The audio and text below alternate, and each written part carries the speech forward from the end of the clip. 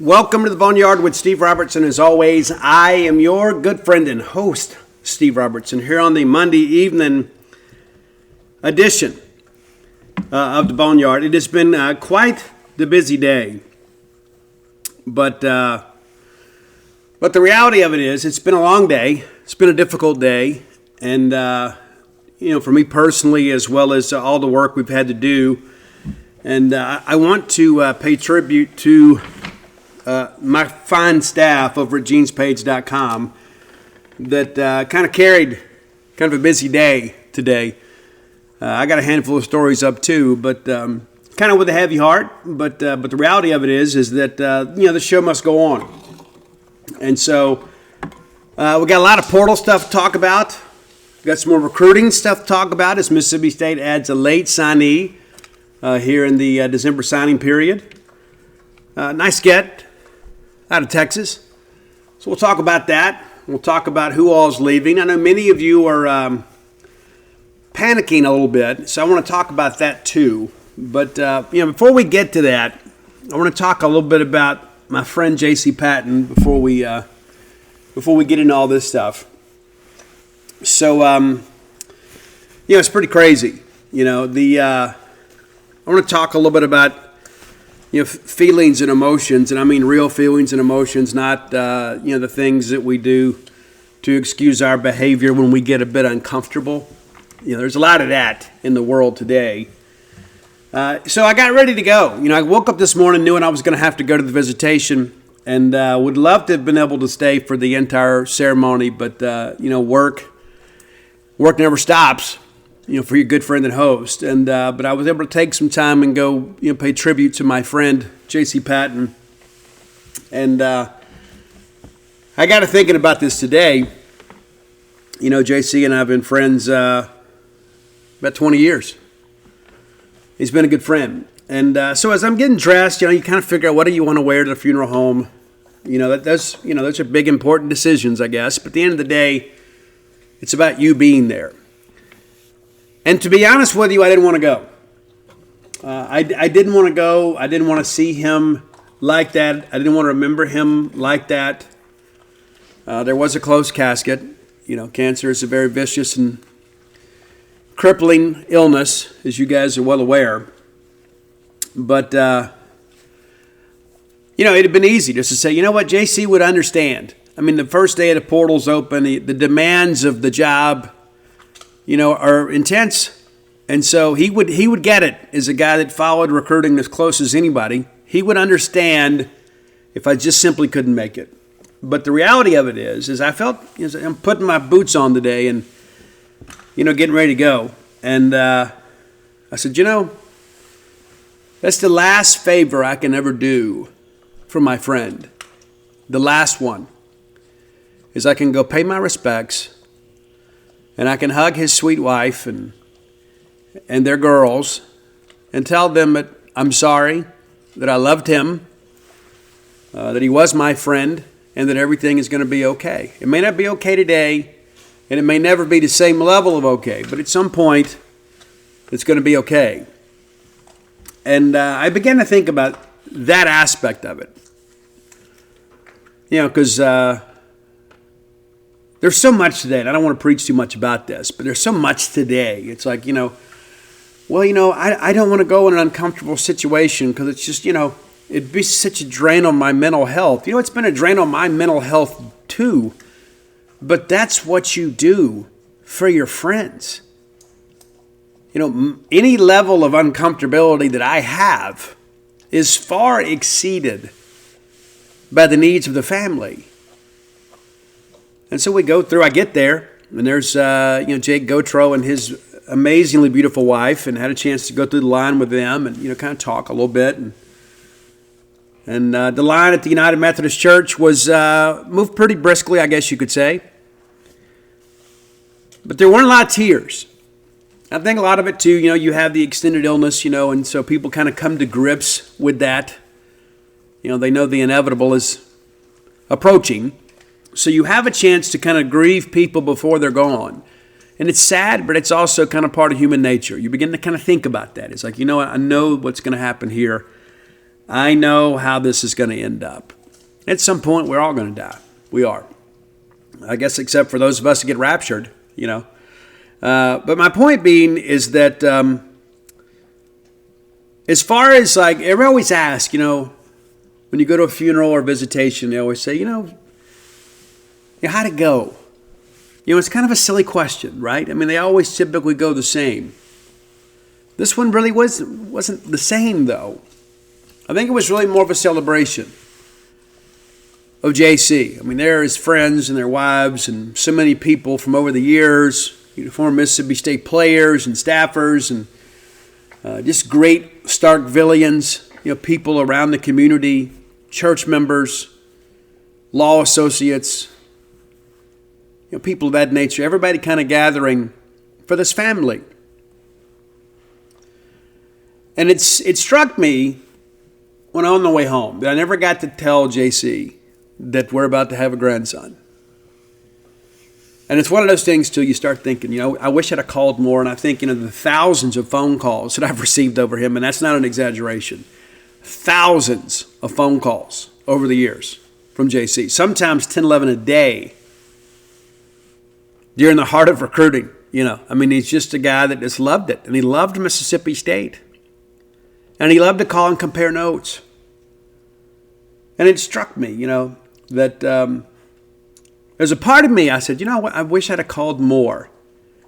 And then it just kind of, the thought entered my mind, I'm not going to beat myself up about that, because in the end, I would not have wanted him to waste 1 second on me that he could have spent with his family.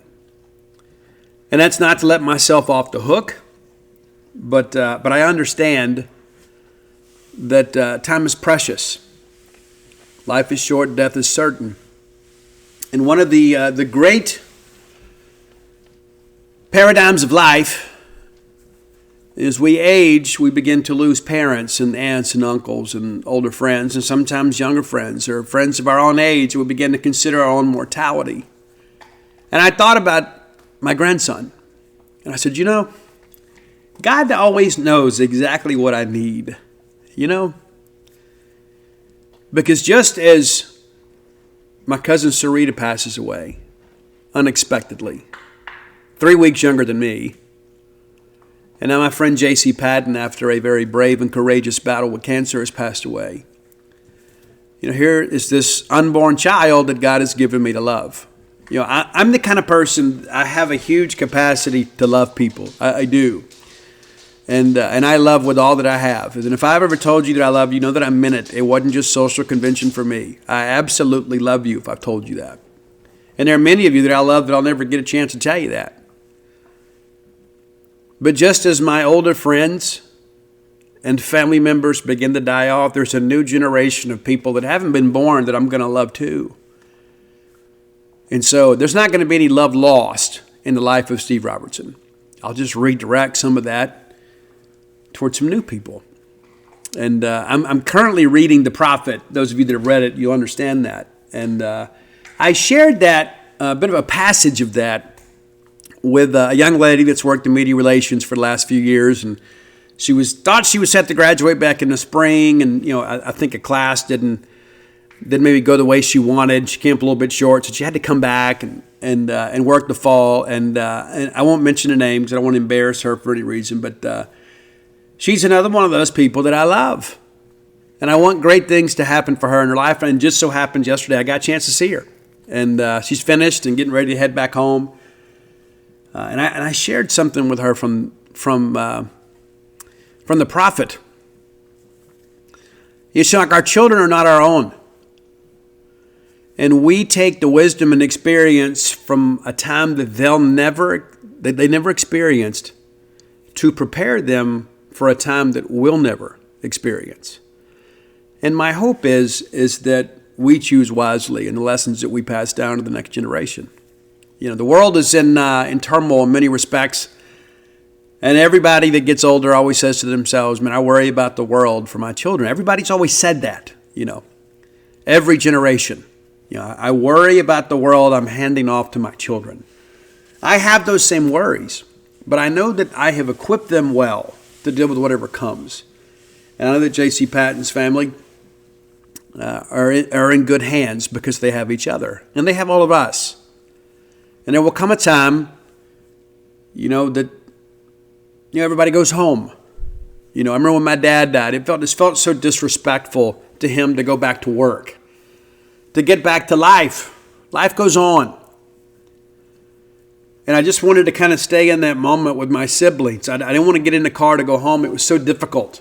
And it was difficult for me to go home. Everybody walks outside and we just kind of stand around in the driveway, realizing that this moment in our life is over. It was very difficult. And so I ask you, our loyal Boneyard listener, to remember J.C. Patton's friends and family and your thoughts and prayers in the days ahead, in the months ahead, and the weeks ahead. It's going to be a very difficult Christmas season for them. And so I think the best way, in addition to the thoughts and prayers, and I believe in that, I do believe in the power of prayer, I do.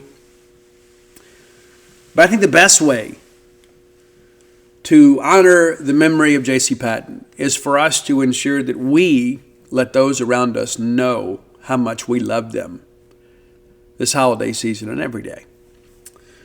All right, let's thank our friends at Bulldog Burger Company, longtime sponsors of the show. I love them too, and I love the fact too that I can go in there and get an excellent meal at an excellent price with excellent service in a great location over and over and over. I don't know how they have such great consistency in what they do. It says a lot about the management of that operation.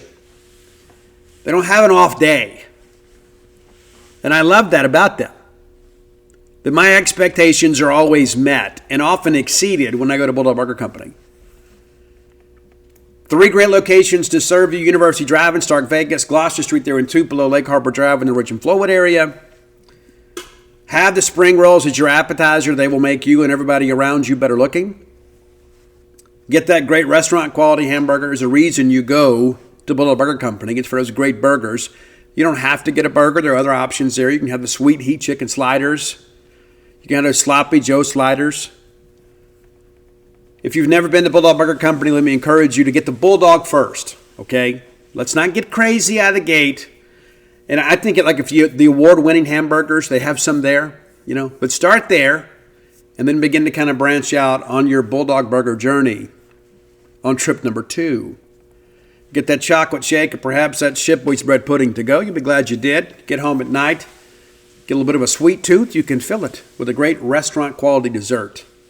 Bulldog Burger Company, the place where people go to meet. M-E-A-T. Okay. JC would want this too. So, Steve, what's going on with Jackson Arnold? I guess before we get to that, let's talk about who all is leaving, and then we'll talk about who all may be coming.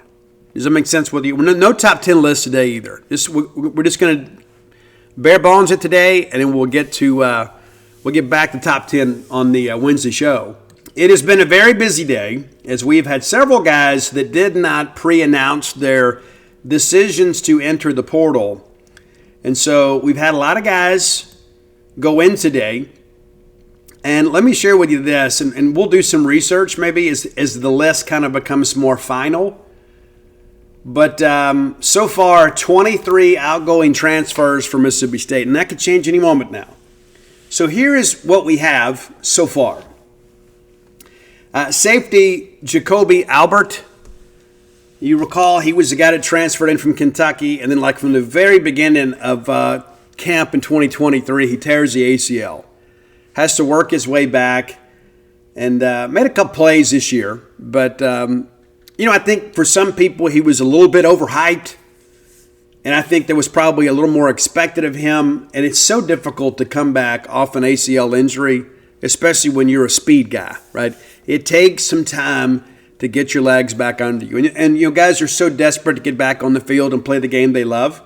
So they're willing to go play at 85%. I just want to be back out here. I've missed it so bad.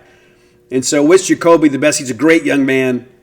Leon Bell also in the portal. You may recall that he was dismissed from the team. There was a couple of incidences with him. Leon Bell was a guy too. We had to work really hard to kind of get him eligible, if you recall. He was like the last guy in that class to report. We thought we had really had something with him, and he struggled at times with accountability. And so did not finish the year with us, and now he'll move on somewhere else. Ty Cooper, you may recall, he was a late addition in his class. He was the top defensive end prospect out of his high school, Louisville High School that year. And we just kind of never really found a true home for him position-wise. And I think he's a guy, too, that probably gets lost a little bit in the schematic change defensively. It's like, okay, hey, we're going to work him here, in the Zach Arnett scheme. Well, okay, now we're going to change. So now all of a sudden we got to move him again. And so we moved him around some. He had a better year this year. He's already in the portal. He's starting to get some offers. And I think Ty will probably find a good G5 program and probably have a good year. And we talk about great players, really great young man too. It's just one of those guys. He's a little bit of a tweener, not big and long enough to play the 5-tack, and maybe not quite fleet of foot enough to play outside backer in the SEC. And that's part of the deal, right? That was the thing about the Zach Arnett scheme, is you could find a home for some guys that maybe didn't have a natural position. In this scheme here, we need guys that fit certain measurements. But we wish Ty the best. Mario Craver, not a big surprise, but a big disappointment, obviously, for a lot of people. And, people forget Mario was suspended twice this year. And here's the thing that I will say about this. Number one, I wish Mario the best, wherever he goes. And my hope is that his time at Mississippi State has helped him kind of mature, grow up a little bit, leaving home for the first time and not having a lot of people over your shoulder, kind of looking up on you sometimes is a difficult thing. And, he got popped early in the year and then got suspended later in the year. And I've seen some people out there, when he got suspended that second time, people were like, hey, he's going to hit the portal. And here's what I say to that. So be it. If that's the case, you cannot compromise the culture of your team over a talented player. You just can't do it. You can't. That's how you lose the locker room. You can't do it. And so I commend Jeff Lebby for having some accountability. The rules apply to everybody. That's the only way you can run an organization. You cannot have foundational standards that are not evenly applied to everybody. And it would have been very easy, to just kind of look the other way. I don't know what violation of team rules Mario Craver committed in order to be suspended a second time. Don't know. And at the end of the day, it doesn't matter. But the reality of it is that he's leaving. We've heard for some time that Auburn may be a landing destination for him for probably the better part of 6 weeks. We've heard he may go in. So, not a surprise, but very much a disappointment. Very talented guy, for sure. JaVale Gilmore, he was another guy, too, a bit of a tweener out of high school, out of Amite, Louisiana. Part of that linebacker class, too, that we were pretty excited about the athleticism of that group. And then all three of those guys are gone now. And JaVale was the guy that I probably had the most question marks about, and he ended up staying the longest. But none of those three really did anything to move this program forward. That's not a criticism of them. They don't sign themselves, right? They don't offer themselves. And JaVale Gilmore, if you recall, he had kind of trolled LSU. LSU wanted him as a tight end. He wanted to play on defense, and he comes here. And I think in many respects, too, to be fair to JaVale, another great young man, is you're already kind of changing positions and kind of learning the defensive side of the football, and then you got to learn a new scheme. And I think he kind of got lost in that.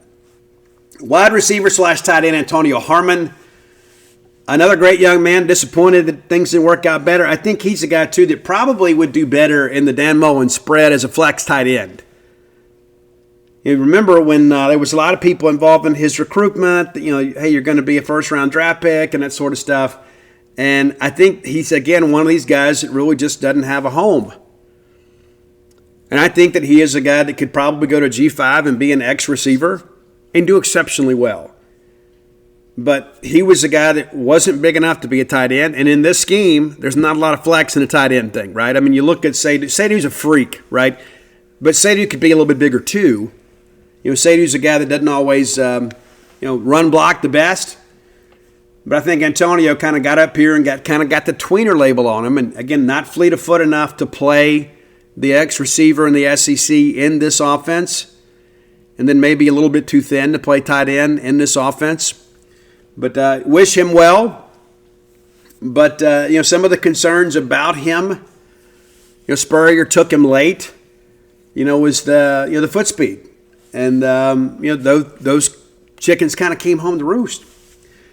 Our linebacker, Tobias Hinton, this is another guy that, to give you some insight here too, there was the week that we took him, he showed up to camp, he had an offer, it wasn't committable, and so basically his commitment and the acceptance of that commitment kind of hinged on his camp performance. He had a good showing in camp. It wasn't great, it was good, and there were some people even back then that said we're going to continue to evaluate him into the season. We ultimately stuck with him, and in 2 years he hadn't been able to get on the field. Another guy that I like a lot, just hadn't worked out for him. But this is a guy, too, I think maybe he could transfer back home to a place like Southern Miss. You remember, in the beginning of his recruitment, he claimed an offer from Ohio State and, places like that, and comes here and just unable to get on the field. And, again, it's so difficult for guys that are basically edge rushers in high school, and then they transition to two-point stance linebackers and having to cover and play in space. It's a completely different deal. And there's a lot of that in high school where guys play edge just to generate some pass rush, and it just takes some time to learn the other skills when they move back to backer. And I think he's a guy that kind of struggled with that just a little bit. Radar Jones, if you recall, we talked about that portal class here a couple years ago, and we're going to look at that here shortly. Radar was the guy that came in the portal and then wasn't eligible in the spring, worked his way back, basically played some special teams for us. He was the state championship quarterback at Horn Lake. Some Ole Miss people thought he was going to go there. Of course, Ole Miss people love college football recruiting and in college football in that order. They thought, hey, this is give us a top 10 class. We get Radar and he goes to LSU and then goes down there and gets in some academic issues. Another great guy, like him a lot, but just not a lot of skins on the wall. Christopher Keys. Transferred in from Indiana. We were excited about him too. I don't know that we beat Arizona here in Starkville without him. You recall he made a great defensive play for a PBU to prevent a touchdown late in that ball game. And that's really the only big highlight I can say. And again, another very solid young man. We don't have a lot of bad actors, but these guys want to get on the field somewhere. They do, and they deserve the opportunity to get on the field somewhere. And I got to fix something here on this on our list. Somebody didn't put the hot link in there. So running back Kevon Lee, one of the latest to go in the portal. And when we signed him, there were some people. And again, listen, we always want to assume and hope for the best. We all do. But the reality of it is, even when he came, he was expected to be a depth piece, and some people were like, hey, maybe he can play the Dylan Johnson role. And, I was like, okay with that too. I never thought he would be RB1. Well, flash forward a couple years, and we come out of spring camp, and granted the running back room was not loaded by any stretch of the imagination.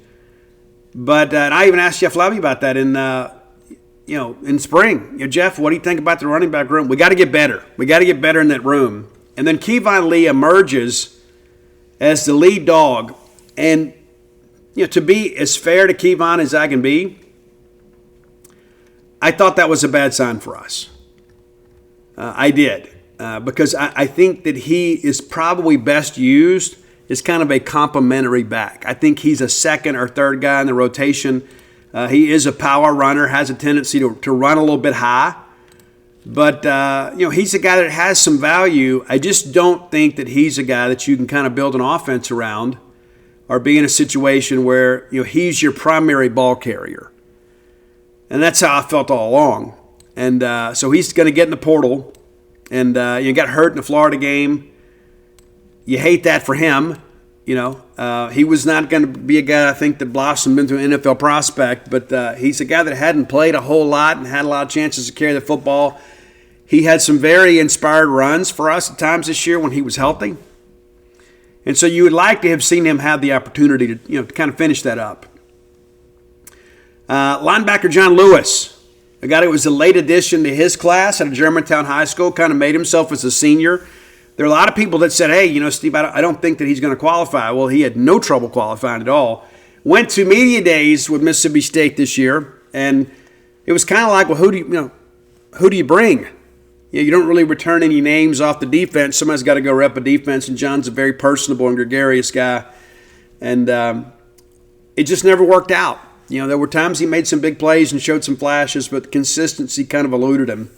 Tight end Rayfield Lawton, he was the guy here a couple years ago that came to camp, and we loved him. We brought in 2 tight ends from down in New Orleans, and they were kind of camping for walk-on spots. Well, he gets one.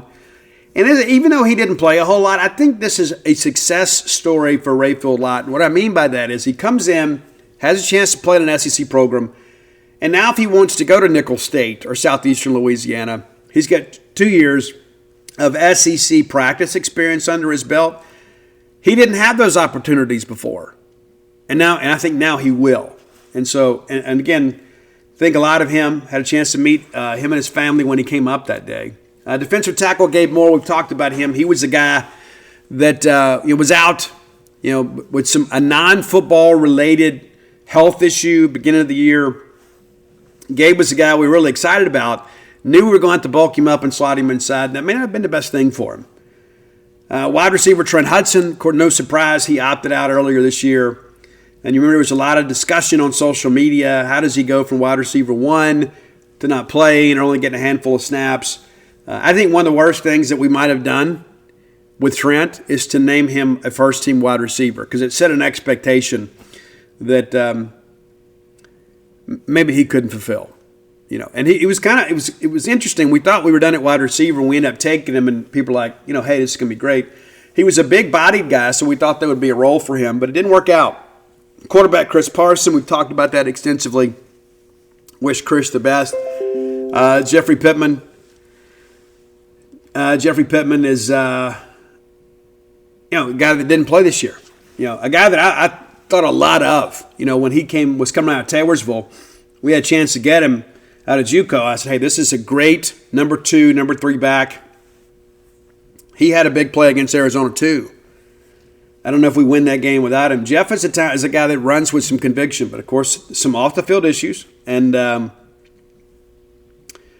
longer with us. Wish him the best. Bryce Pollock, probably the one guy you look at right now on defense, say, I wish I'd had him back, even if he ends up being a 2-deeper. And it's interesting how some of us we can watch the same games and have different opinions of players.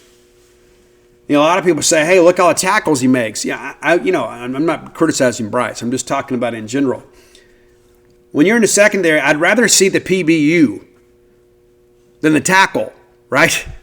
You don't have to tackle him if you don't let him catch the pass. That's a novel concept, but it's true. I'm not just talking about coming up and run support, but down the field, there's some guys that run comeback routes and things like that. But, if you lock people up, the quarterback looks somewhere else. But Bryce is probably the one guy you look at on defense and say, I probably wish we had him, kind of coming back. Offensive line, McKalen Pounders. Was told over the weekend that he had not begun the process to transfer, and then ultimately does today, goes in the portal. Really wish things would have gone better with him. Really do. Would have been a great story of redemption, and I know how much he loves this place, but, Luke Work, basically a freshman, wins the starting job at left tackle. McKalen was recruited to hold that down. I really thought left tackle was going to be a little bit of a stretch for him in this league. I thought maybe he'd be better at guard or right tackle. But I wish we'd have been able to find a way to work this out. Cornerback Kamari Rogers, and again, I've said this in the beginning of this process, when I went to watch Corey Owington play, I was amazed at how small he was, kind of thinly framed.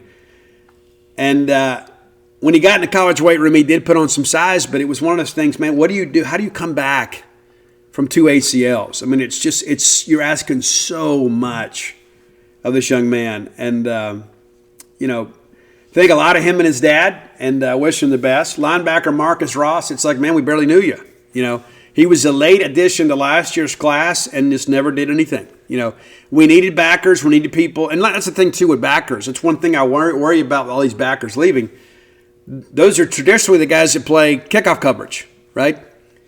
They're special teams guys. You should find a home for them, right? Really thought Marcus Ross, at least this year, could be a guy in the rotation and possibly help us in special team, and then didn't work out. Amari Smith, that was a big recruiting win. People forget that. That was a State-Ole Miss thing down the stretch, and State ends up getting him. He's here for a couple years and then doesn't get on the field. And some people are upset about this one earlier because he's a very well-liked guy down in Brookhaven. Big physical guy, but for one reason or another had to come together, and Creed Whittemore would discuss that ad nauseum. And so, as it stands right now, 23 outgoing transfers, including the walk-on Rayfield Lawton. So 23 and one in so far, and I've done my best to kind of preface you guys on this. The outgoing traffic comes first, and it's everybody's like, oh my gosh, what are we going to do? It's happening to everybody in college football. As I told Dave Murray today, it's kind of like having a national signing day where you don't know who all's committed and you can't really prepare. You do the best you can. You pre-write stories on the guys that are going to go in, but there are other guys that just kind of pop up and you say, well, it makes sense. It makes sense. All right, let's thank our friend Blair Chandler at closewithblair.com, C-L-O-S-E with Blair, B-L-A-I-R.com. Close with Blair. The reason you're going to contact Blair is because you want to buy a house. Whether it be your first home, your next home, or your retirement home, Blair is the name to trust. 24 years of experience. The phone number, 601-500-2344. Again, 601-500-2344. Be sure and let Blair know you heard about him on the Boneyard. We've had several Boneyard listeners that have closed loans with Blair. Incredibly satisfied. Blair sends me those reviews, like those 5-star reviews. He loves us. We love him. And you're going to love the level of service you're going to get from him with all that experience working for you. It can be a convoluted process, man. They want a pint of blood, a note from your mom, lock of hair from your kid's first haircut. There's so many things that underwriters want that don't make a lot of sense to us. They make perfect sense to Blair. And Blair can construct your loan in a way that maybe you don't get as many pins, right? Your loan doesn't get pinned for more information. Sometimes that's just kind of part of the deal, right? But Blair can put you in a position to get you in a new home. Whether life is throwing you a curveball, maybe it's a relationship change, a job change, or maybe you just want to get closer to home, or maybe farther away from home. I don't know your needs, but Blair can meet them at closewithblair.com. All right, a couple things that I want to say before we get into kind of who's coming in and that kind of stuff. The Facebook comments, I think, are probably indicative of the average fan, right? So, like, the people that subscribe to genespage.com, I feel like that these fans are probably like among the most passionate. What I mean by that is, like, hey, we subscribe to the Mississippi State website on 247 Sports, the greatest Mississippi State website that's ever existed. We subscribe there because we want all the information about Mississippi State. We don't want to miss anything. And you can be a part of that too. 50% off the annual subscription price the rest of this month. Get a Christmas gift for yourself.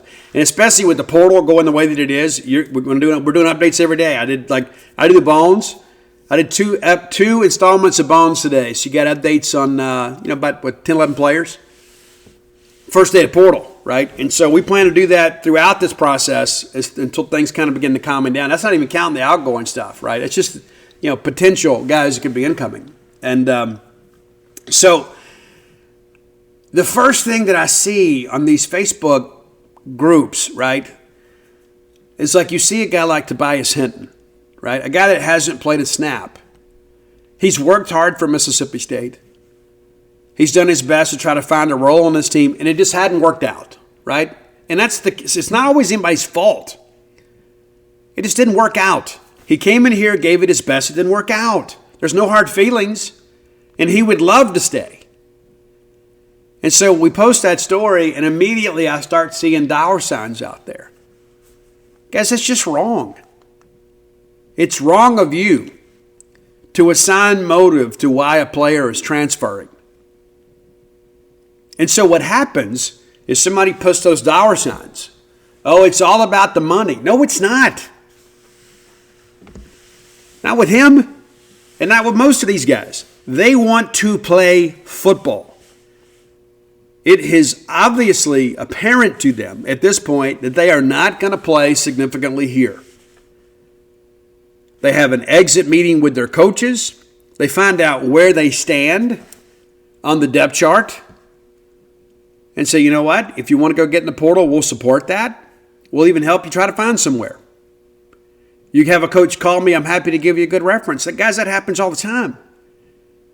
For guys like Tobias Hinton, Amari Smith, it's not about money. These guys want to utilize their talent to get their college education paid for and hopefully have a little fun playing football before they have to go get a job like the rest of us. But, oh my gosh, this is all about money. I hate NIL. NIL has nothing to do with most of these guys. Now, you always see the top crust, right? The top 10% are going to get a big deal. Do you honestly believe that a guy that has been at Mississippi State for 2 or 3 years and has never played a snap is going to command a big NIL deal? I mean, honestly. Do you really believe that? And if you do, you're dumber than you ought to be. What school would go out there and say, hey, you're in the portal. Hey, Big Daddy, let me give you 50 G's to come play for our program.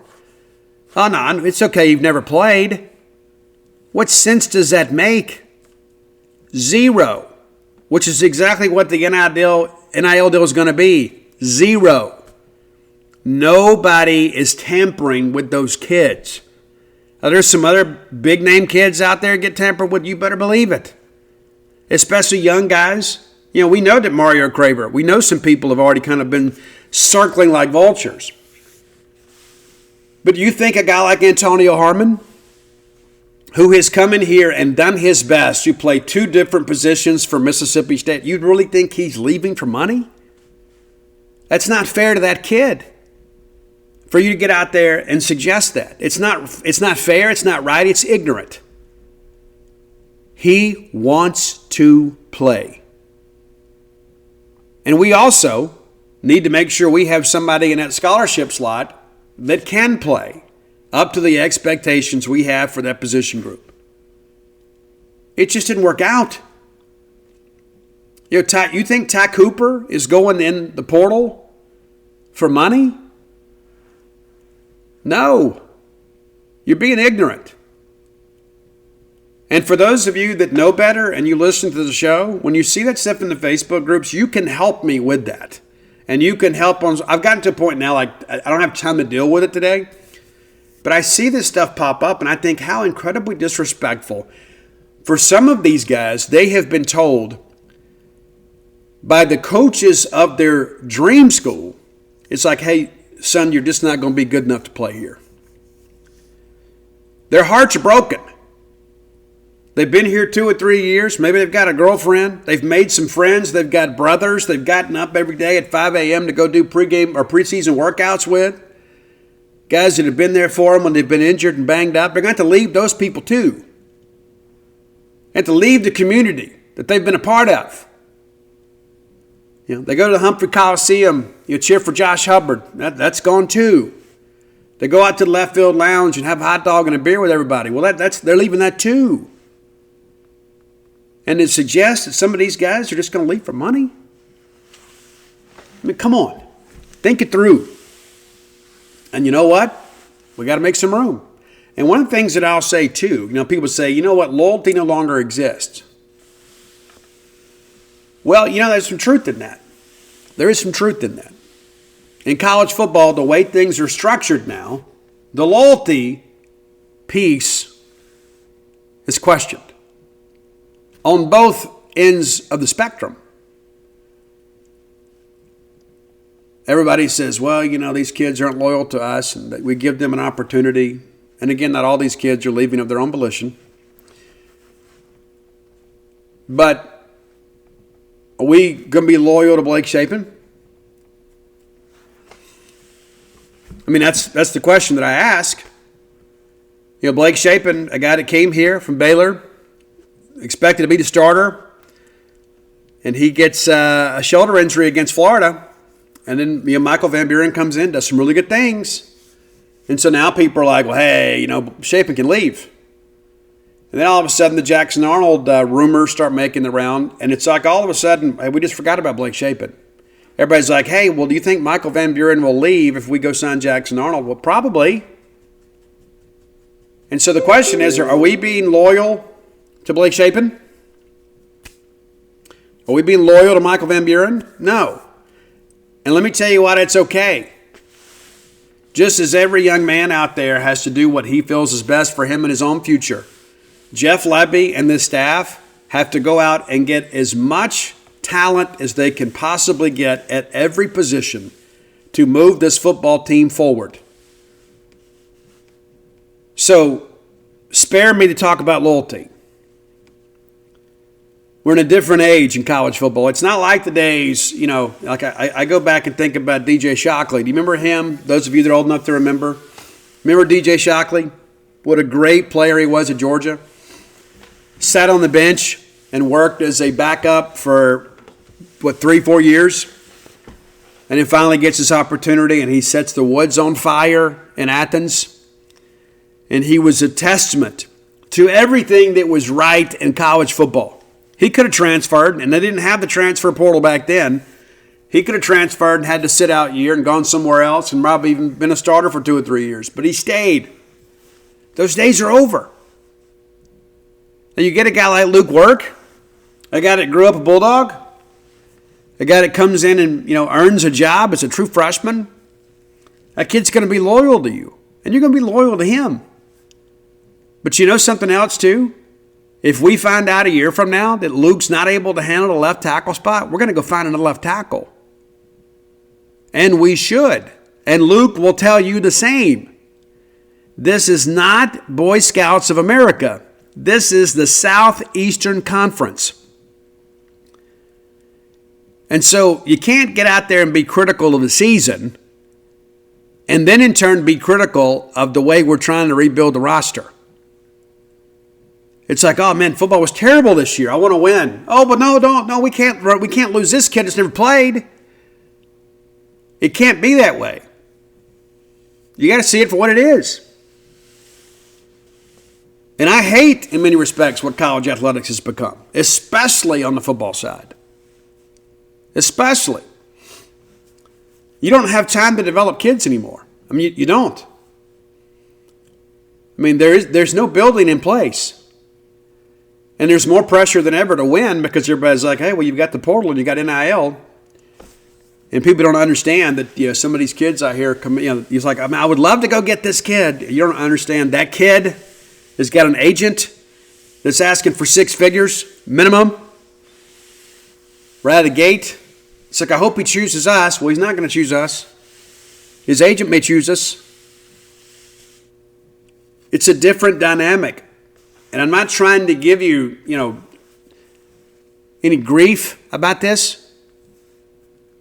But you got to understand the college football world that we grew up with no longer exists. So you cheer for the logo. And you cheer for the young men that wear the logo for a year or two. And maybe 4. Maybe. I'd like to do the numbers on that. Maybe I will tomorrow. I got maybe Thursday.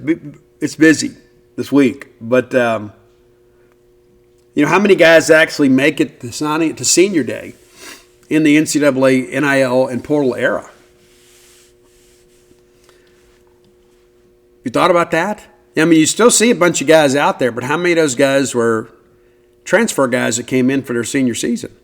Those are things you think about. And so the old antiquated way that we looked at things, we got to abandon that line of thinking. It's a different day and time. It almost feels like a junior college deal, right? That's how it feels. It almost feels like a JUCO deal where we're basically having to rebuild the roster every single year. And I think that's one of the reasons there was so much parity in the SEC this year. It's because of the fact that teams don't have the depth that they once had. Because the guys that used to be the two deepers in one school are now the starters in another. This is how it works. And so I shared that with you because there is a tremendous amount of angst. But let me tell you, it's all going to be okay. We're going to start adding some players. May have one as early as tomorrow. We already had one. May have another one tomorrow. We'll start seeing some commitments pop up out of the portal. And we're going to sign 15 or so. You got to make room for all these junior college and high school signees too, which after the break we'll talk about the newest high school signee. But it's important for everybody to kind of understand where we are and not automatically assign the laziest motive possible about situations that we just don't know much about. And it's so funny too, like there's so many players that you have not read or heard their name since they signed. And then we get in the Facebook group and it's like, oh no, you didn't even know who the kid was. You'd forgotten because he hadn't made a contribution. And it's a cruel but fair world, right? It's cruel that we have to make difficult decisions, say, you know what, this scholarship spot is better utilized on somebody else. But it's fair to the kid to let him get on out of here and have an opportunity to go somewhere that he can play. That's the reality of the situation we're in. All right, next segment of the show brought to you by Campus Bookmart, a Starkvillian institution. Man, I love Campus Bookmart. I wish I had a credit card that had no limit, to borrow a phrase there. But be able to go in there and just get whatever I wanted for all the Bulldogs in my life. Most of it would be for me, to be honest with you. Whether it be apparel or knickknacks or gift ideas, you can find something for every Bulldog on your list. Let me remind you, it's 16 days until Christmas. So 15 shopping days left. Don't delay. Make life easy on yourself. Just visit them online at campusbookmart.net and you can peruse through all the selections that are available to you at Campus Bookmart. Now, when you log on to Campus Bookmart and you get ready to check out, again, that's campusbookmart.net. Use promo code BSR, which stands for Beautiful Steve Robertson. That gets you free shipping on all orders over $75. Any order less than $75, absolutely incomplete. That's campusbookmart.net. Okay, Bulldogs pulled a bit of a fast one today as we pick up a late signee of another wide receiver. Grayson Harris out of Ennis, Texas. 5'10", 170-pound receiver with a grade of 88. He is the number 100 wide receiver in the country. And reality of it is we probably needed another playmaker. And he's a composite 89 and a pretty decent offer list here too. Now, he initially committed to Oklahoma back in the spring of 23 when Jeff Lebby was there. He committed to Jeff Lebby when he was at Oklahoma to play baseball and football. Offers from Baylor, Florida State, Kansas, Oklahoma, Pitt, Purdue, SMU, TCU, Texas Tech, UTSA, and West Virginia. So mostly Power Fives, and I'm sure there's some other G5s that maybe didn't make the list. Not everybody is as diligent as I am when it comes to keeping up with offers. But, good get. Had a chance to talk to him this evening as he left. He had the reason for the late delay is he was committed to Oklahoma, and then they had to free up some scholarship spots to make room for some portal guys. They dropped a couple wide receivers because they had to go out there and kind of get some things going. And so he was one of the casualties of that class. And, of course, since Jeff Lebby knew him and knew his ability, it made sense. Once Harris was dropped by Oklahoma, he reached out to a few people. Mississippi State's like, hey, we got a spot for you. So he had the ceremony today at Enos High School, and he has not visited Mississippi State. He may be here tomorrow. That's what he tells me. Not sure yet. But we'll have an opportunity just to come and see the lay of the land. But he signs with Mississippi State, having never even set foot on our campus. It says a lot about the desperation of his situation. I guess he could have waited until February, but, hey, why put it off if you've got an opportunity to get it over today? Bird in the hand's better than two in the bush, as they say. And so he's part of it. Now, the flip side of it is you begin to say, hey, if this is the guy here, is he just going to be a guy here for a short term and then go in the portal? I don't know. But we can't look at life that way, but you always have to consider that possibility. But another wide receiver, another player that Chad Bumpus can work with and develop. And, we've proven this year we're not afraid to play freshmen. Not the wide receiver position. San Frisco McGee gets some snaps this year. Ricky Johnson gets some. Of course, Mario Craver, Stonka Burnside. Pretty significant development there. So we have those 4 receivers in the class. We've talked before about Ferzel Shepard. We do expect him to go to junior college. But so Davian Jackson is your highest rated receiver at an 89, almost a 4. And then Grayson Harris, Anson Lewis, and Isaiah Mitchell. I think Isaiah Mitchell is a little bit undervalued, to be honest. And I like him too. And so good wide receiver group. Now, I still think we probably need to go get an X out of the portal. You don't want to get too small at the wide receiver position. You can get twitchy, but you still need those guys that can be red zone weapons and guys that can elevate vertically. And I don't know if we really have that within this group. You got some guys with a pretty good catch radius and guys that are pretty quick twitch. But I think you still need to go get a big body out of the portal. You need an X. You need a Mekhi Polk type guy. And Polk did some big things here at Mississippi State, set a school record. Of course, he was a product of the system in some respects, but he's a very talented player. But that's kind of where we sit today. So let's talk a little bit about, kind of what we're hearing. Let's talk Jackson Arnold for a little while here. So Jackson Arnold is the quarterback from Oklahoma, one of the highest rated quarterbacks ever in the history of the rating system. I don't know if you guys are aware of that. Arch Manning is one of those guys, but Jackson Arnold is one of those guys too. So there's been a lot of chatter about Jackson. Now, so I reached out to some of our peers at Oklahoma and said, hey, you know what? Tell me what you guys are hearing. And they said, okay, well, we've heard that Auburn was a potential landing spot throughout the year. As a high school prospect, Jackson Arnold was the number 4 quarterback in the country and the number 10 player nationally with a rating of 99 out of 100. He's currently rated as the 4th best transfer portal quarterback with a rating of 90. And I think some of that, too, is because of what happened with him this year. And I think he's a guy, too, that missed Jeff Lebby. And it's interesting, too, like I look at the guys that are rated ahead of him. Connor Wegman is the highest rated quarterback in the portal. Guys, no. That's incorrect. That's my own network, and I'm telling you, there is no way that Connor Wegman is ahead of Jackson Arnold. He's just not. And I'll die on that hill. Now, Miller Moss, coming out of USC, same ranking as Arnold, but you got Miller Moss ranked right behind Connor Wegman. I just don't get it. Darian Mensah from Tulane is in the portal too. I'm sure John Summerall and those guys will make an effort to keep him, but that's a guy that's done some big things too. Is he better than Jackson Arnold? I would say no. That's just my opinion.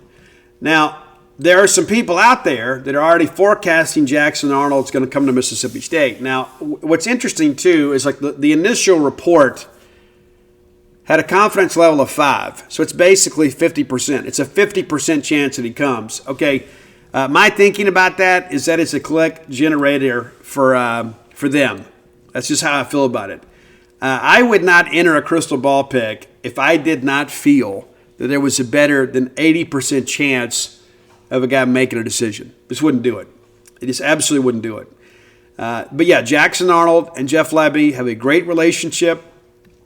I had some folks, of course, at Oklahoma that told me that Jeff Lebby told them after he signed there that he was among the best quarterbacks he had ever recruited. So it would make sense, that if Arnold goes in the portal, that Jeff Labby is connected to that. And so this could be a game changer for State. Absolutely could. Also could be very expensive for State, but I think it's worth it.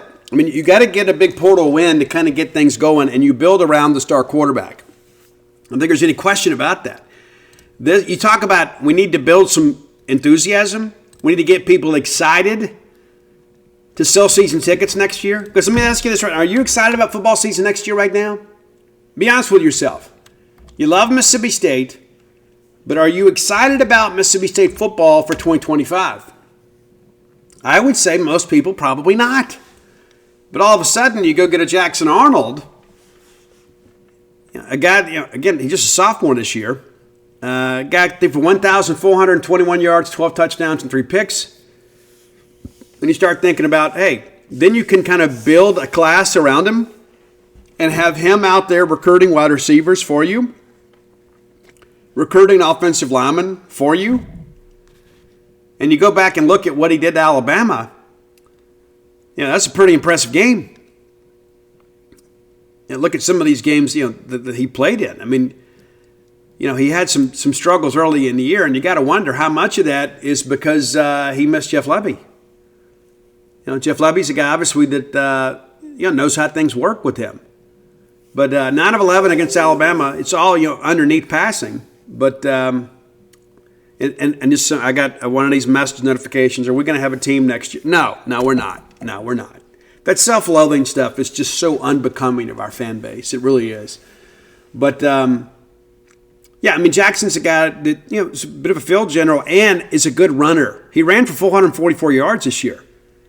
In Alabama, 25 carries for 131 yards. That's getting it done. It's absolutely getting it done. He had a pretty good game against Ole Miss, too, 22 of 31. 71% completion percentage. And then, ran a couple times, too. But, when you start looking at this thing, a guy that can give you a dual threat thing, give you the ability to keep defenses honest, it's an important part of it. He lost the job after the Tennessee game, gets it back against South Carolina. But, this defense, at Oklahoma was so up and down this year. I mean, they really were. But, I think it's a no-brainer because Jackson Arnold is a name that people know. It gives credibility. And, again, when you think about what Mississippi State's facing next year for season ticket renewals, it's not just about hyping everybody else up and getting your new creative team to put some cool graphics out there. You've got to have a product to sell. You've got a better product to sell if you've got Jackson Arnold. All of a sudden you say, hey, you go out and get arguably the best quarterback in the portal. That's a power move, and it's not something Mississippi State has done historically. Now, I've heard that Georgia's a bit of a dark horse. And you got to wonder, too, Gunnar Stockton did some good things in the SEC championship game and, now may be the starter in the playoffs. So he may win the job right here in the playoffs. And then there's some talk about, Jackson Arnold and Ole Miss. There's not an incumbent starter coming back there, so he would have to go up there and kind of compete to win the job. I just don't think, that's part of the deal. I think it may boil down to State and Auburn. We'll see. And Wisconsin's a team that's been mentioned. I just don't think you go to Wisconsin if you have a chance to go play in the SEC. I mean, if you really want to improve your draft stock, you got to go play in the SEC. You do. I know the Big Ten had a good year this year, but Wisconsin wasn't part of that. And we weren't part of the big SEC year either. But I would say it's better than 50-50, but I would not venture putting a crystal ball pick on it just yet. Those are my thoughts about it. Maybe you see it differently. And listen, I know what happens. And you go back and think about Caleb Cunningham, right? I crystal balled Caleb Cunningham to State way back in the spring. And then all of a sudden, a lot of other people kind of followed suit, and it made headlines, right? People were like, hey, Caleb Cunningham going to Mississippi State. Well, he signed with Ole Miss. And the talk early on was if he stayed in State, it was going to be State. Then he commits to Alabama, and everybody's like, oh, that's close enough to home. And give Ole Miss credit, whether it be NIL, whether it be the fact that they nearly made the playoffs this year, or the fact that you say, hey, we've got an explosive offense, and we're going to need playmakers, and you can play early next year. Ole Miss out-recruited us, period. And one of the things that hurt us the most, and I got this from the Ole Miss side, is that, hey, it's been forever and a day since State's put a wide receiver in the league. Even with the air raid. You bring in the air raid and State still doesn't put a receiver in the league. And so that's got to change. And that's one of the things that Chad Bumpus told me that he told Jeff Lebby. So he texted him during the draft and said, this is the last year we don't have a receiver drafted. And I love that confidence. And I think one of the ways you do that, you attract better receivers with better quarterback play and a wide open offense like this, and you'll begin to put guys in the league, and then that can't be used against you kind of moving forward. But that's where we are with that. Now, Jackson Arnold's not the only guy. Jerron Manning, a safety from Old Dominion, will be here on Tuesday. I think there's a good chance State gets that done sooner rather than later. He is a guy that worked his way up from Brother Martin High School, went to Colin, had a good career there. Not a great career, but a good career. And he goes to ODU and has 87 tackles this year. 87 tackles. So, pretty productive guy. But we need some DBs, and we're going to get some. But primarily our needs are on the defensive line and now linebacker. I mean, that's the thing you think about. You feel good about your starters, and then now most of your depth has hit the portal. So, we'll see how things go, but the front seven certainly needs some attention. I'm not that concerned about the safety and cornerback positions, but, hey, when you can get a game changer, you absolutely have to get them. As we said at the beginning of the show, you've got to go out there and get as much competition as you can. You cannot let good football players walk away. You can't just say, okay, that need's met. Late breaking news, we talk about defensive line. And it doesn't matter how many bones or updates we do on defensive line, people want more because that's the biggest concern. That is the biggest concern. That was the biggest concern this time last year. It's even bigger now. Because what you had last year, even though it was inadequate as it was, due to some injuries, lack of depth, many of those guys are leaving. It's true. It's pretty nuts. But Mississippi State expected to host Arkansas defensive line transfer Nico DeVilliers next week. That's according to our Matt Zenitz, who easily the nation's best portal expert, without any question. And so Matt stays on top of this. Matt and I are in contact a lot this time of year. We've traded multiple texts today. So... and I've asked him, hey, keep me abreast, kind of keep me in the loop when you hear of guys considering Mississippi State or contemplating visits, and we'll reach out and see if we can't get some information. That's part of this whole thing is having a network of sources. And I called Matt whenever we hired him, and I said, I'm so incredibly glad I don't have to work against you anymore, that we don't have to compete against each other. Because if I didn't break a Mississippi State portal story, he did. So it's nice to have him on our side of things. But it's going to be a very active portal season, and that shouldn't come as a surprise, but it's so interesting. No matter how many times we say it and how many times we talk about it, people are always surprised. Always. But let's be honest with each other here. Did you really think we were just going to run it back? Run it back and just kind of hope for the best? No. You got to make some changes. And unfortunately, that's the way life works. That's just kind of how things are.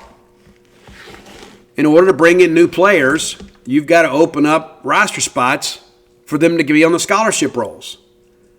Not to mention, you've got to be able to say, hey, we've kind of cleared the deck here. Here's what we have coming back at this position. Here's what we see you doing.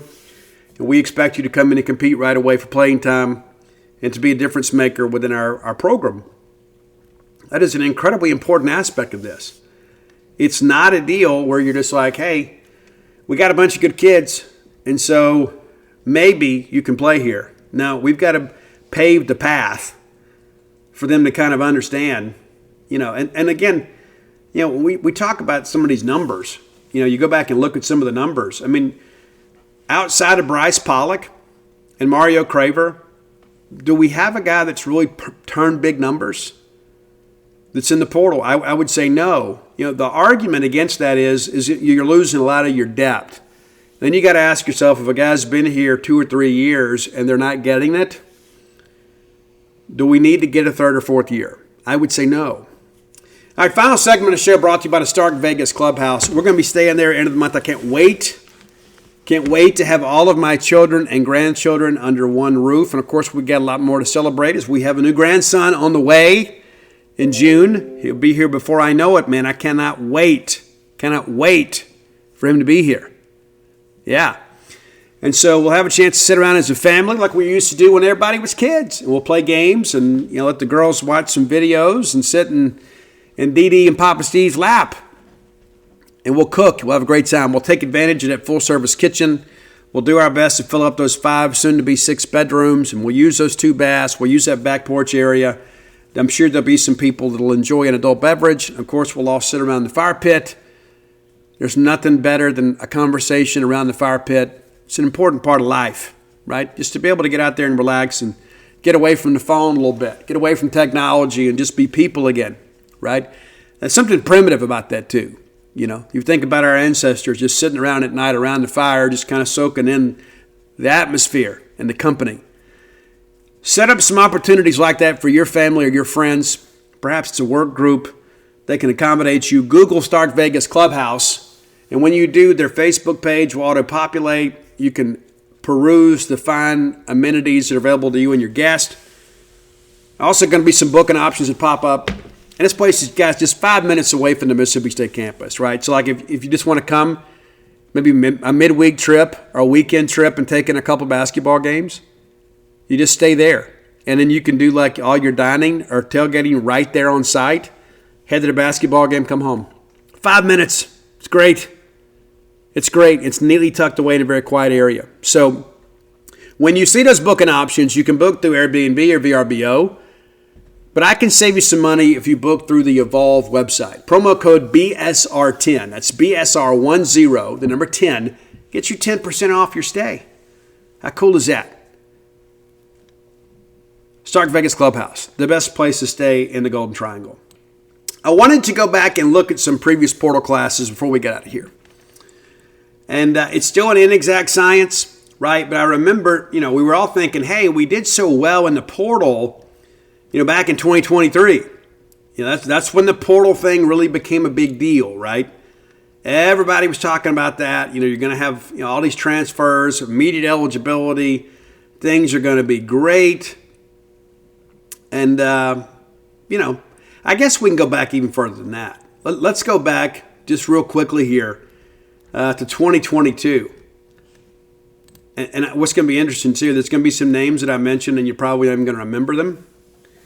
And I'm just double checking my math here just to make sure that, we got all this figured out. Yeah, I guess real quickly, let's go back. We'll start with 2021.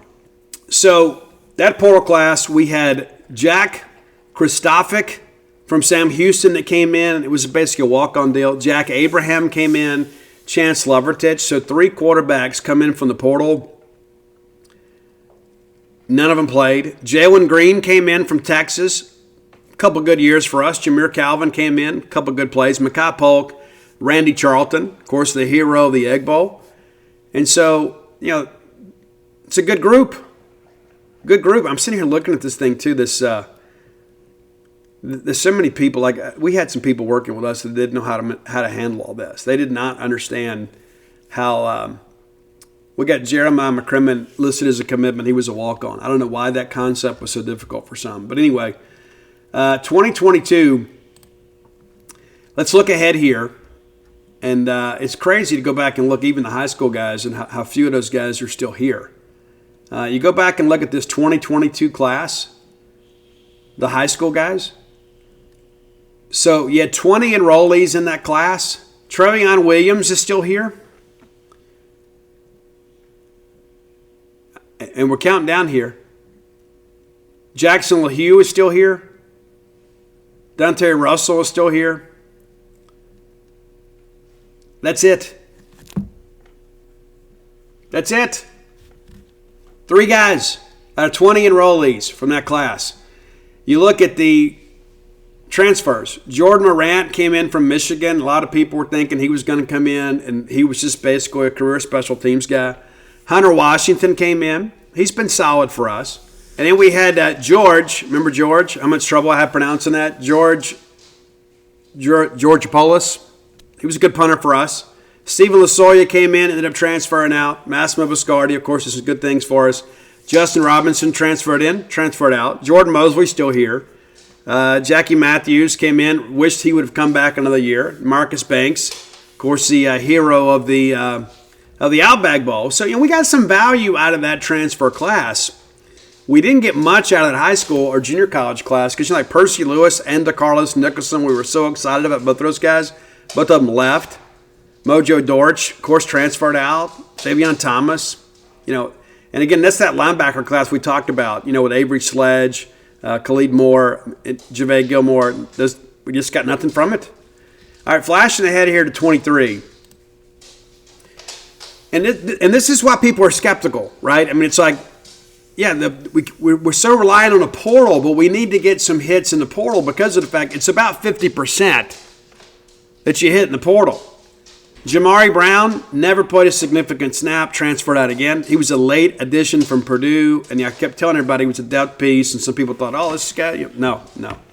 Seydu, of course, had to sit the year, and has done a pretty good job for us. Kevon Lee comes in. Remember, he was a 4-star in high school, went to Penn State, transferred in, and now he's transferring back out. Jaquarius Spivey came in, never got opportunity to get back on the field here. Rylan Godet came in, caught one pass, the first pass of his college career, and then transferred out. Freddie Roberson came in from Eastern Washington, and some people thought, hey, this guy's going to be a difference maker. And he wasn't.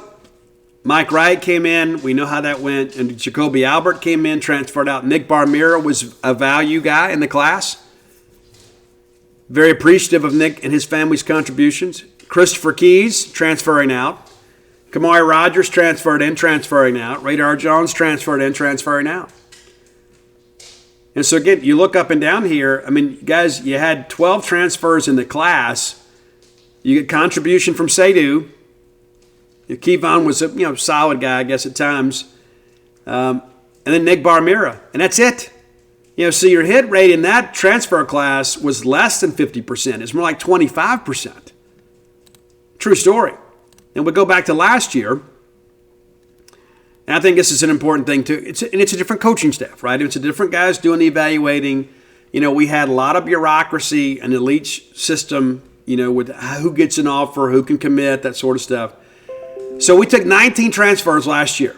Montre Miller didn't play.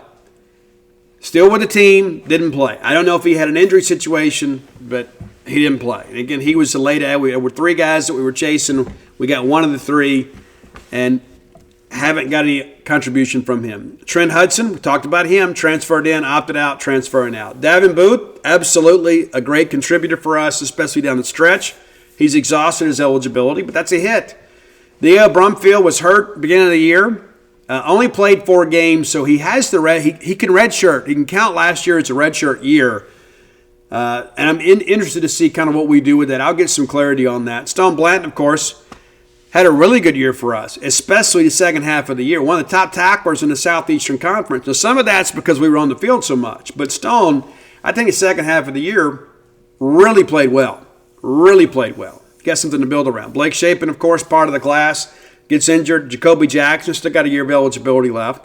Wilkie Denard comes in and then doesn't last the spring. Kevin Coleman comes in, and there's some talk that Kevin Coleman's representation is going to see if they can't see what his value is before they agree to a deal. And I tell you, one of the things that I'll point out that people blew it here, he was ranked 97 coming out of high school.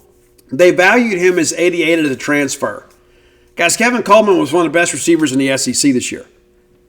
So the ranking was blown. Zach Haynes transfers in as a punter. He wasn't on scholarship. He doesn't get the punting job. He basically ends up being a holder. Kelly Akare, a little bit banged up, but I think we got value out of Kelly. Maybe not as much as we had hoped. Marlon Martinez was the guy that was a career backup at LSU, ends up being the starting right guard for much of the season for us. Had a pretty good year, so I would count that as a hit. Suleiman Paka, we take him as a reserve from Purdue to be a rotation guy, and he ends up basically having to play starter reps for us. And while he wasn't great, I would say we got our scholarship value out of him. Trey Wright, Despite the fact some people were forecasting him to take over as a starter right away when he was pushing a cart around the SEAL complex right in front of all of us, Trey Wright didn't get to play much this year. And we're hoping he makes a full recovery and can compete with us next year. Cam Ball, very, very minimal impact. How we got a 90 for him in the transfer rankings, I won't ask why. Justin Ball, obviously, did some good things for us this year. McKellen Pounders transfers in, transfers out. Ethan Minor exhausts his eligibility, but I would say that's a hit for us. And Kendrick Bingley-Jones has been banged up much of his career. He's banged up with us now. So, again, you look back at these 19 transfers, and we talked about 50-50. Well, you got nothing from Miller, nothing from Hudson. That's 2. Diego Brumfield, I would say, granted it's an injury situation, but you didn't get your value there. That's 3. Shapen gets injured, and I hate to grade so harshly, but an injury is an injury. It's not his fault, but we didn't get the full season out of him. Jacoby Jackson, I think we probably got what we needed from him. Wilkie, that's 5. Didn't get much there. Got nothing from that. And then Trevion Wright, injury, right at 6. Cameron Ball, not much there, so it's 7. And then Bigley Jones, banged up, so it's 8. So you did a little bit better than 50-50 with this one. So my hope is that this staff will have a much higher hit rate on these transfers. They have to, right? And I think the quality of the transfer improves if you go get the marquee quarterback. And, of course, if you get the marquee quarterback, you're going to lose at least one of your quarterbacks, if not both. Because if Jeff Lebby's the guy that recruited Jackson Arnold to Oklahoma and then he brings him into Mississippi State, that is his guy, right? Now, he recruited Blake Shapen here, and he recruited Michael Van Buren here. So technically, they're all Lebby's guys. But unless Michael Van Buren's like maybe Will in the red shirt, there's no way. And the question, I think, if you're Mike, you got to ask yourself, you got to put your pride and your ego aside here. If I go somewhere else, am I guaranteed a starting spot? That's the question you got to ask yourself. It's not, hey, am I going to get a nice little payday? Doesn't matter how much money you make if you're on the bench. And so if you're going to be on the bench, say, hey, I'm already here. Give me a year to understudy. I can get the red shirt year back and then give me an opportunity to potentially start for a couple years down the road. But, the world in which we, the world in which we live, that's nobody has patience anymore. That's just kind of how life is. And one of the things that I think about, and I think that we've talked about this on the show a couple times, some of these guys are going to be making significant money, more money than me and you.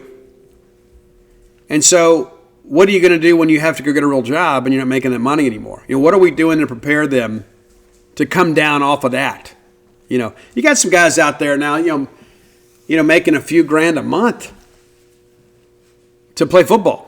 And some people would say, hey, Steve, good, God bless them. They should have been getting paid all along. I would argue that in many respects they were because you get free education, you get free gear, free food, free training, free medical care.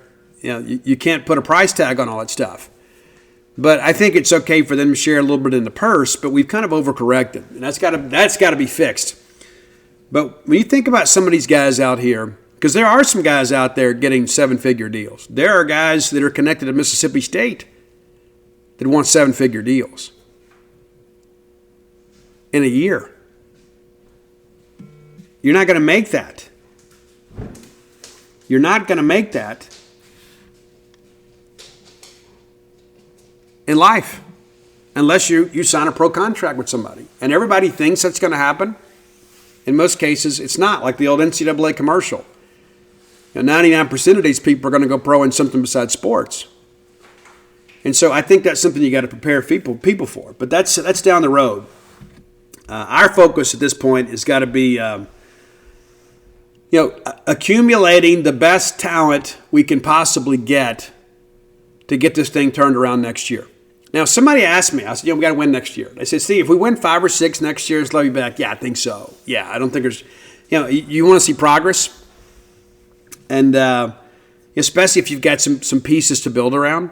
I don't worry about the wide receiver piece. And what I mean by that is, in this offense and the way Jeff Lebby utilizes the wide receiver position, and the fact, Chad Bumpus is a guy, obviously, that connects with these guys, I don't worry about us ever getting receivers. Mario Craver is leaving. And that's unfortunate. It is. Very talented guy. We'd like to keep him back. But the reality of it is I think we can go find another Mario Craver. And that's not to diminish his talent. I just think because of the pass-happy scheme and the reputation that Jeff Lebby has as being a down-the-field attacker and play caller, I think you're going to be able to go get those guys. I think you're going to be able to go get guys that want to go chase footballs. That's kind of been the pedigree. Look at the wide receivers at Central Florida. You think Central Florida was recruiting at a high clip? And how ironic is it Scott Frost going back to UCF? Pretty crazy. But the reality of it is that I don't worry about us getting offensive playmakers. And I think we'll get linemen too. I mean, number one, I think we've already put together a pretty good O-line class. We got to go get a center. I think that's apparent. And probably if we can find a difference maker at tackle, you take one of those guys too. You got to get a running back. And we've talked a lot about Ahmad Hardy today. He was the guy that wanted to sign Mississippi State last year. And went to Louisiana Monroe, basically the only Division I team that wanted him. And he ends up being the Sun Belt Freshman of the Year.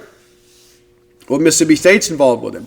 Ole Miss is involved with him. Auburn's involved with him. Texas is involved with him. So in that aspect of it, that's one of the things that I would ask, the quote, loyalist. If you've got a guy like him, you say, you know what? Hey, they were the only school that took a chance on him. Should he stay? And ask yourself, would you want your own son to stay? You've got an opportunity now. You've proven yourself on the Division I level. You've got a chance to go to Texas, a team that's in the playoff, a team that is trending with an incredible trajectory, to play on the big stage, to prepare you for a potential NFL career. So are we going to get hung up on the old loyalty card and say, you know what, no, he should stay at Louisiana Monroe? What's best for his future? We talk about it's, the standards aren't uniformly applied, right? We think that all these guys are leaving us, but for the majority of the guys that are in the portal that have Mississippi State next to their name, we left them, not the other way around. And it was the right move for both parties. It was. Again, the cruel but fair thing. It's cruel that we got to do it, but it's the most fair thing to them. Instead of them just riding the scholarship rolls and never playing. And I don't want a guy that wants to be a career bench warmer. But at the end of it all, Jeff Lebby, we're paying Jeff Lebby a lot of money to win football games. And we're going to have to trust that he's going to make the best decisions to put himself in a position to win those football games. We can't go out there and do it for him. We can't go make his staffing decisions. We can't go make his recruiting decisions, his offer decisions, and do all of that for him, and then say, okay, Jeff, now go coach a football team. The team that we built, the staff that we built. Now, hey, go do it. Well, hey, this isn't the guys that I want. We don't see each other philosophically. Doesn't matter, Jeff. Doesn't matter. You go do it, because that's what we did. You got to give people autonomy. You got to give people the opportunity to build things in their own vision. We always talk about, well, you got to get your own guys, and you do. You got some guys that we run some concepts that are similar to the air raid, but it's a much different dynamic. And the reality of it is that Jeff Lebby knows what works in his scheme. It's always worked.